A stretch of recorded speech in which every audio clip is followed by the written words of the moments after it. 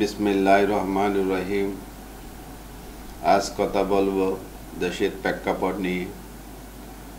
National employment human rights ফাউন্ডেশনের পক্ষ থেকে, সিটিজি টাইম এবং চ্যানেল কর্ণফুলীর পক্ষ থেকে, সাইমা প্রপার্টিসের পক্ষ থেকে দেশবাসীকে সালাম, শুভেচ্ছা, অভিনন্দন জানাচ্ছি। আসলে দেশের প্রেক্ষাপট নিয়ে কিছু কথা তুলে ধরতে চাই। আমার মাতৃভূমি দেশে বাসার জন্য যুদ্ধ করতে হলো, স্বাধীনতার জন্য যুদ্ধ করতে হলো, কোঠা আন্দোলনের জন্য আবার সেই যুদ্ধে লিপ্ত হলো। ছাত্ররা অনেক জীবন চলে গেল, মা বাবা যেই হাতে গড়া সন্তানগুলি আমাদের থেকে চলে গেল, এরা দেশের অনেক ভবিষ্যতের জন্য কাজ করবে। এই সন্তানগুলি আমাদের থেকে চলে গেল, অনেক পুলিশ ভাই চলে গেল, অনেক সাধারণ মানুষ মৃত্যুবরণ করল। আমি তাদের আত্মার মাগফিরাত কামনা করতেছি। আমরা যারা এই সরকার গঠন করে বাংলাদেশে, গায়ের জোরে তারা অনেক কিছু করতে চায়। আলোচনার টেবিলে আনার জন্য আমরা বারবার অনুরোধ করে থাকি। এই কোটা আন্দোলনকে ঘিরে আমরা বলছিলাম যে আলোচনার টেবিলে এটা শেষ করা হোক, কিন্তু করা হলো না। গায়ের জোরে মানুষ হত্যা করে কোনোদিন ক্ষমতা টিকে থাকতে পারে না, এটা আবার প্রমাণিত হলো।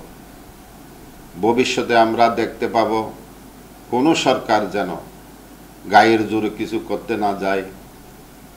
আবেদন করলে, কোনো একটা বিষয় নিয়ে আবেদন করলে সাথে সাথে তাদের সাথে বৈঠক করে এটা সমাধান করা উচিত বলে আমরা মনে করি। একদল ক্ষমতায় আসবে, আবার একদল ক্ষমতা থেকে যাবে, কারো প্রতি কেউ যেন আঘাত না করে, কেউ যেন দেশ ছেড়ে পালাইয়া যাইতে না হয়, এই জন্য আমরা এমন কোনো কাজ করব না। জাতিকে নতুনভাবে আবার শিখতে হবে, কারণ জাতিরা যারা ক্ষমতা গিয়েছে তারা গায়ের জোরে কিছু করতে যাওয়ার কারণে দেশে সংঘাত লিপ্ত হয় এবং মানুষের জীবন চলে যায়। আমরা এটা দেখতে চাই না। আমরা মানবাধিকার সংগঠনগুলি আমরা সবসময় দেশকে ভালোবাসি, দেশের জন্য কাজ করি, দেশের শান্তি সমৃদ্ধ এবং দেশকে উন্নয়নের দিকে নিয়ে যাওয়ার জন্য আমরা অগ্রণী ভূমিকা পালন করি।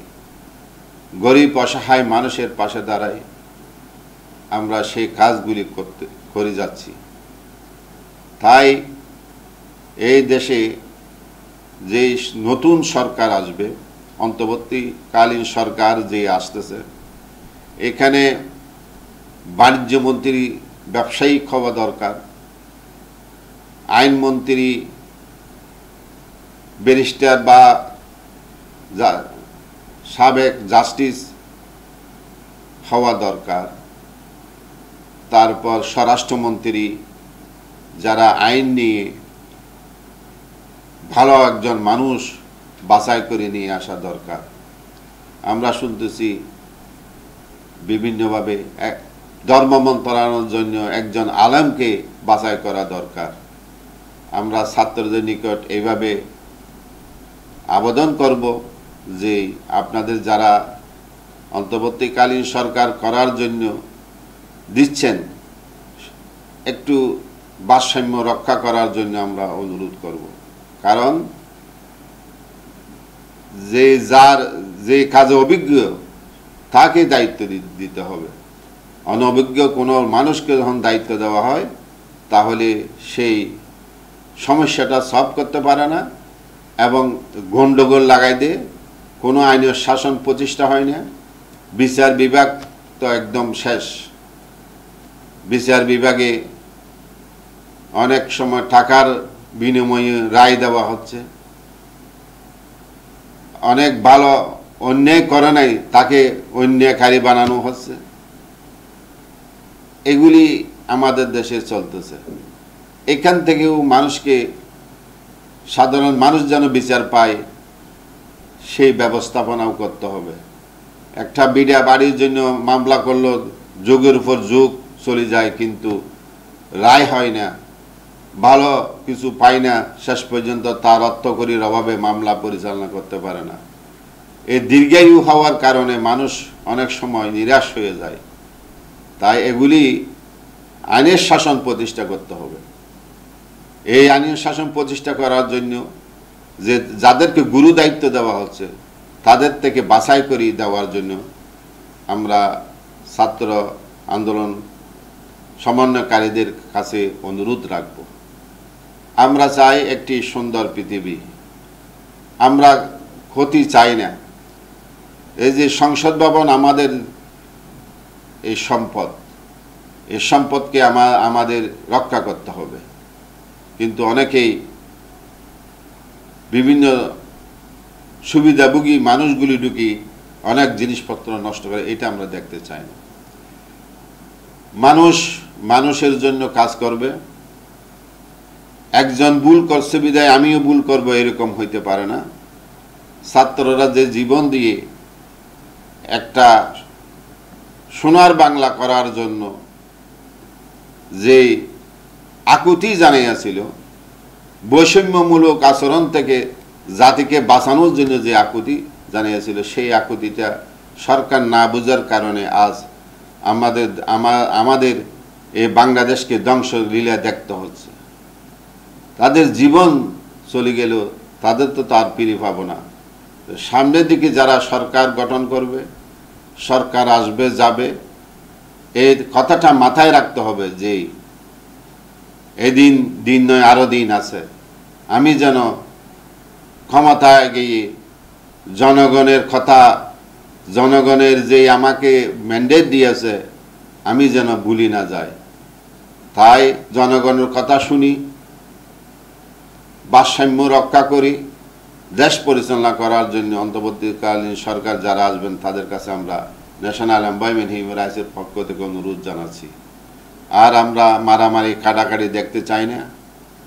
আমরা একটা সুন্দর দেশ চাই।